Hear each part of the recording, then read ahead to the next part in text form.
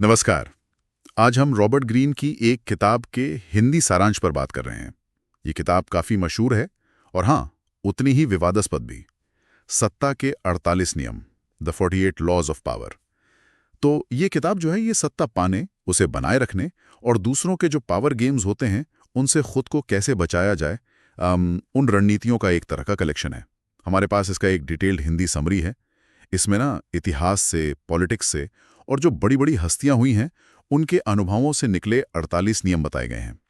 आज हम कोशिश करेंगे कि इन नियमों के पीछे की सोच को समझें, मतलब ये सत्ता की दुनिया को कैसे देखते हैं और किस तरह की स्ट्रेटजीज पर ये जोर देते हैं। तो शुरुआत करें किताब के मेन आइडिया से। ऐसा लगता है कि फोकस इस पर नहीं है कि पावर कैसी होनी चाहिए, बल्कि ये कि पावर असल में काम कैसे करती है। ये कोई मॉरल साइंस की क्लास नहीं है ना? ये तो बस पावर के खेल को समझने और उसमें जीतने के तरीके बता रही है। बिल्कुल सही कहा आपने। सारांश भी यही कहता है। ये किताब सत्ता के खेल को उसकी असलियत में देखती है, जो अक्सर हमारे नैतिक आदर्शों से काफी अलग होती है। और इसका एक सेंट्रल आइडिया ये है कि सत्ता का खेल वो असलियत से ज्यादा धारणा पर चलता है, परसेप्शन पर। अच्छा, मतलब असल में आप क्या हैं उससे ज्यादा। हाँ, उससे ज्यादा ये जरूरी हो जाता है कि लोग आपको कैसा समझते हैं या आप उन्हें अपनी कैसी इमेज दिखाते हैं। और शायद इसी धारणा को बनाने, कंट्रोल करने के लिए ये नियम दिए गए हैं। बिल्कुल। इसमें दूसरों की भावनाओं को समझना, खासकर उनकी कमजोरियों को, उनकी इच्छाओं को, वो बहुत जरूरी माना गया है। और साथ में धैर्य रखना, सही टाइम का इंतजार करना, सोच समझ के प्लान बनाना, ये चीजें सिर्फ ताकत दिखाने या सीधे भिड़ने से कहीं ज्यादा असरदार मानी गई हैं। तो ये 48 नियम इन्हीं चीजों पर बेस्ड है। हाँ, ये इन्हीं सिद्धांतों पर आधारित है। और ये सत्ता की एक काफी, कह सकते हैं, ठंडी और कैलकुलेटिव तस्वीर पेश करते हैं। चलिए कुछ नियमों पर थोड़ा और गहराई से बात करते हैं। पहला ही नियम है, अपने गुरु या मालिक से कभी आगे न निकलें। हमेशा अपने सीनियर्स को सुपीरियर महसूस कराएं। ये सुनने में थोड़ा अजीब नहीं लगता? अगर किसी में टैलेंट है तो उसे छुपाएं क्यों? अजीब इसलिए लगता है क्योंकि हम सोचते हैं कि मेरिट सबसे ऊपर है।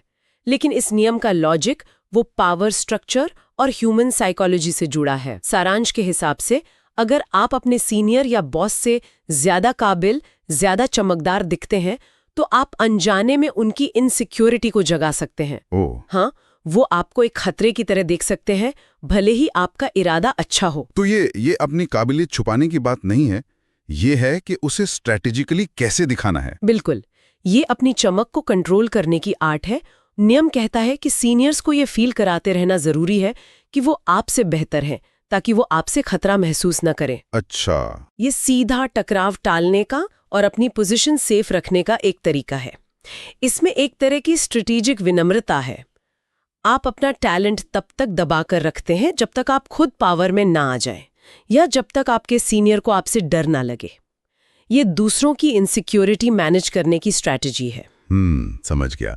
इसी से जुड़ा एक और नियम है, नियम नंबर 2। दोस्तों पर ज्यादा भरोसा न करें, दुश्मनों का इस्तेमाल करना सीखें। ये तो हमारी आम समझ के बिल्कुल खिलाफ है। हाँ बिल्कुल, हम तो हमेशा दोस्तों पर डिपेंड होने की बात सीखते हैं। सही। पर ये नियम रिश्तों को सत्ता के चश्मे से देखता है, इमोशन से हटकर। समरी के मुताबिक दोस्तों पर निर्भर रहना खतरनाक हो सकता है, क्योंकि दोस्ती में अक्सर भावनाएं जैसे जलन या उम्मीदें वो बीच में आ जाती हैं। अच्छा। हाँ, दोस्त आपकी कमजोरियां जानते हैं और अगर रिश्ते बिगड़ गए तो वो ज्यादा नुकसान पहुंचा सकते हैं।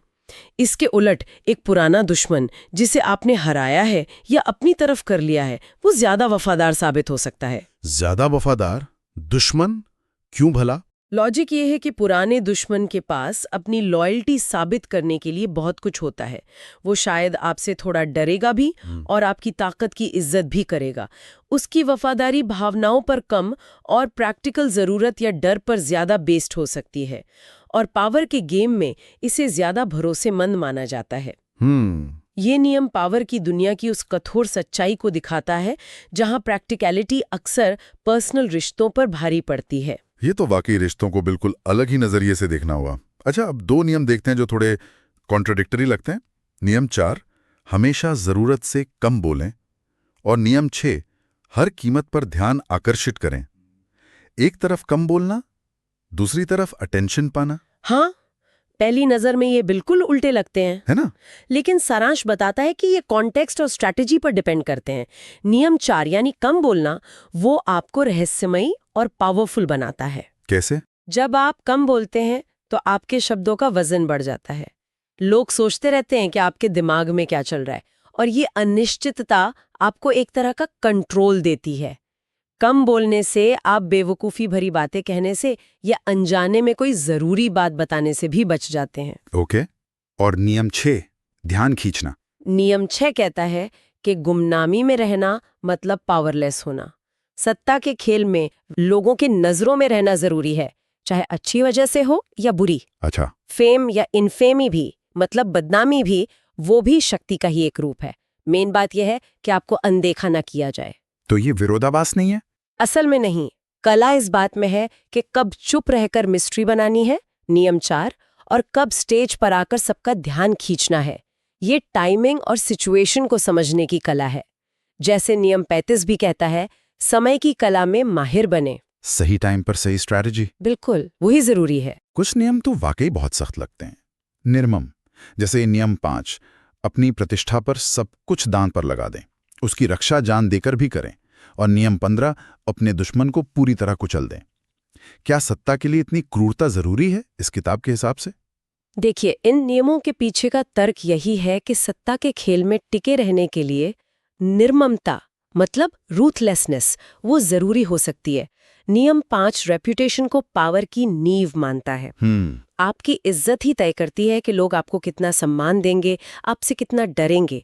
अगर रेप्यूटेशन खराब होती है तो आपकी पावर तेजी से कमजोर होती है, आप पर हमले हो सकते हैं। हाँ, तो इसकी रक्षा हर कीमत पर करनी चाहिए। हाँ, सारांश यही कहता है, किसी भी कीमत पर, क्योंकि एक बार खोई हुई इज्जत वापस पाना बहुत मुश्किल होता है। और वो दुश्मन को पूरी तरह कुचलने वाला नियम, नियम 15, उसका क्या लॉजिक है? उसका तर्क ये है कि आधा अधूरा छोड़ा गया दुश्मन सबसे खतरनाक होता है। अच्छा। हाँ, अगर आप किसी दुश्मन को सिर्फ कमजोर करते हैं लेकिन उसे खत्म नहीं करते, तो वो नफरत और बदले की भावना के साथ वापस आ सकता है, शायद पहले से ज्यादा खतरनाक बनकर। इसलिए किताब के अनुसार जब आप जीत रहे हों तो दया या हिचकिचाहट की कोई जगह नहीं होनी चाहिए। दुश्मन को पूरी तरह से न्यूट्रलाइज कर देना चाहिए ताकि वो भविष्य में कोई खतरा न बन सके। ये दिखाता है कि सत्ता के संघर्ष में इमोशंस के लिए कोई जगह नहीं है, सिर्फ स्ट्रेटेजिक नतीजे मायने रखते हैं। ये सोचने पर मजबूर करता है कि इस तरह की पावर की मानवीय कीमत क्या होती होगी। खैर, कुछ और दिलचस्प नियमों पर आते हैं जो इमेज और परसेप्शन बनाने से जुड़े हैं। जैसे नियम 27, लोगों की विश्वास करने की जरूरत का फायदा उठाकर अपने फॉलोअर बनाएं, एक कल्ट जैसा आकर्षण पैदा करें। हाँ, ये नियम दिखाता है कि सत्ता सिर्फ पद या अथॉरिटी से नहीं आती, बल्कि लोगों की साइकोलॉजी को समझने और उनकी ज़रूरतों का इस्तेमाल करने से भी आती है। इंसान, मतलब हम सब, कहीं ना कहीं किसी चीज़ या किसी इंसान में विश्वास करना चाहते हैं। सही। एक मकसद से जुड़ना चाहते हैं। तो ये नियम सिखाता है कि कैसे ज़रूरत को पहचान कर एक करिश्माई पर्सनालिटी और एक मजबूत मैसेज के जरिए वफादार फॉलोअर्स का एक ग्रुप बनाया जा सकता है जो आपके लिए पूरी तरह समर्पित हो। और ये फॉलोअर बेस आपकी पावर का एक मजबूत पिलर बन सकता है। बिल्कुल। और नियम 34, शाही अंदाज में काम करें, राजा की तरह बर्ताव करें, ताकि आपके साथ राजा जैसा व्यवहार किया जाए। ये तो fake it till you make it जैसा लग रहा है। कुछ हद तक हाँ, लेकिन उससे थोड़ा गहरा है। ये सिर्फ दिखावा करने की बात नहीं है, ये अपनी सेल्फ रिस्पेक्ट और कॉन्फिडेंस को इस तरह दिखाने की बात है कि दूसरे लोग नेचुरली आपको एक महत्वपूर्ण और पावरफुल इंसान मानने लगे। मतलब आपका बर्ताव आपकी सोशल स्टैंडिंग तय करता है। हाँ, अगर आप खुद को महत्वहीन मानेंगे तो दूसरे भी आपको वैसा ही समझेंगे, लेकिन अगर आप गरिमा, कॉन्फिडेंस और अथॉरिटी के साथ बिहेव करते हैं तो लोग आपको उसी सम्मान और महत्व के साथ देखेंगे। ये परसेप्शन को रियलिटी में बदलने का एक तरीका है। दिलचस्प। और आखिर में नियम 48, रूपहीन बने, यानी कोई फिक्स्ड रूप धारण ना करें, फॉर्मलेस बने। इसका क्या मतलब है? इसका मतलब है फ्लेक्सिबल बनना, अनप्रिडिक्टेबल, अडेप्टेबल। जैसे पानी का कोई अपना फिक्स शेप नहीं होता, वो जिस बर्तन में जाता है उसी का रूप ले लेता है। हाँ। उसी तरह पावर की गेम में कामयाब होने के लिए आपको भी सिचुएशन के हिसाब से ढलना आना चाहिए। अगर आपकी स्ट्रैटेजी, आपके रिएक्शंस, आपका बर्ताव हमेशा एक जैसा रहेगा तो लोग आपको आसानी से पढ़ लेंगे, आपके खिलाफ प्लान बना लेंगे। रूपहीन होने का मतलब है कि आप इतने अनप्रिडिक्टेबल और बदलते रहें कि कोई आपके अगले कदम का अंदाजा ना लगा सके। इससे आपको कंट्रोल करना या हराना बहुत मुश्किल हो जाता है। तो ये डिफेंस और अटैक दोनों के लिए है। हाँ, दोनों के लिए एक पावरफुल स्ट्रैटेजी है, खासकर ऐसे समय में जब हालात स्थिर ना हो।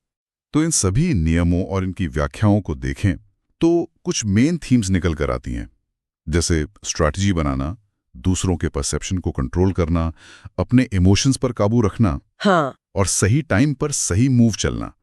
ऐसा लगता है कि धोखा, सीक्रेसी और कभी-कभी निर्ममता भी इस खेल का हिस्सा हैं, जैसा कि ये किताब बताती है। बिल्कुल। सारांश भी इन्हीं बातों को अंडरलाइन करता है। शक्ति का खेल अक्सर पर्दे के पीछे साइकोलॉजिकल लेवल पर खेला जाता है। इसमें पेशेंस, ऑब्जर्वेशन, प्लानिंग और इमोशंस पर मास्टरी हासिल करना जरूरी है। सीधी लड़ाई या ताकत का इस्तेमाल तो अक्सर आखिरी उपाय होता है। हाँ, या कम असरदार माना जाता है। किताब का मकसद, जैसा हमने शुरू में कहा, कोई नैतिक शिक्षा देना नहीं है, बल्कि सत्ता की मशीनरी को खोलकर रख देना है, चाहे वो कितनी भी अनकंफर्टेबल या कठोर क्यों न लगे। ये समझने में मदद करता है कि दुनिया में पावर कैसे काम करती है, या कम से कम रॉबर्ट ग्रीन के अनुसार कैसे काम करती है। तो हमने रॉबर्ट ग्रीन की किताब सत्ता के 48 नियम के हिंदी सारांश के आधार पर कुछ खास नियमों और उनके पीछे की सोच पर काफी विस्तार से बात की। हमने देखा कि ये नियम अक्सर बहुत कैलकुलेटिव, साइकोलॉजिकल और कभी-कभी बेहद सख्त रणनीतियों का सुझाव देते हैं। इनमें परसेप्शन मैनेजमेंट, रेपुटेशन की रक्षा, दुश्मनों का स्ट्रेटेजिक इस्तेमाल, सीक्रेसी बनाए रखना और फ्लेक्सिबिलिटी, ये सब काफी अहम है। ये नियम दुनिया को सत्ता संघर्ष के एक खास, शायद थोड़े डार्क नजरिए से देखने का एक फ्रेमवर्क देते हैं। हाँ, और ये पूरी चर्चा एक जरूरी सवाल पर लाकर छोड़ती है, जिसके बारे में सुनने वाले सोच सकते हैं। जैसा कि सारांश बार बार साफ करता है, ये किताब नैतिकता नहीं सिखाती, बल्कि सत्ता के खेल को समझने का एक टूल देती है। तो सवाल ये उठता है कि इस ज्ञान का इस्तेमाल कैसे किया जाए। क्या इन नियमों को समझे बिना आज की इतनी कॉम्पिटिटिव दुनिया में, जहां हर लेवल पर पावर प्ले चलता है, टिके रहना या कामयाब होना मुमकिन है? ये एक बड़ा सवाल है। और दूसरी तरफ, अगर कोई इन नियमों को अपनाता है, तो क्या वो अपनी प्रामाणिकता, अपने नैतिक मूल्य और अपने मानवीय रिश्तों को बचाए रख सकता है? क्या सत्ता पाने या बनाए रखने की कीमत हमेशा पर्सनल इंटेग्रिटी और मानवीय संबंधों की बलि चढ़ाना होती है? ये एक ऐसा विचार है जिस पर गहराई से सोचा जा सकता है।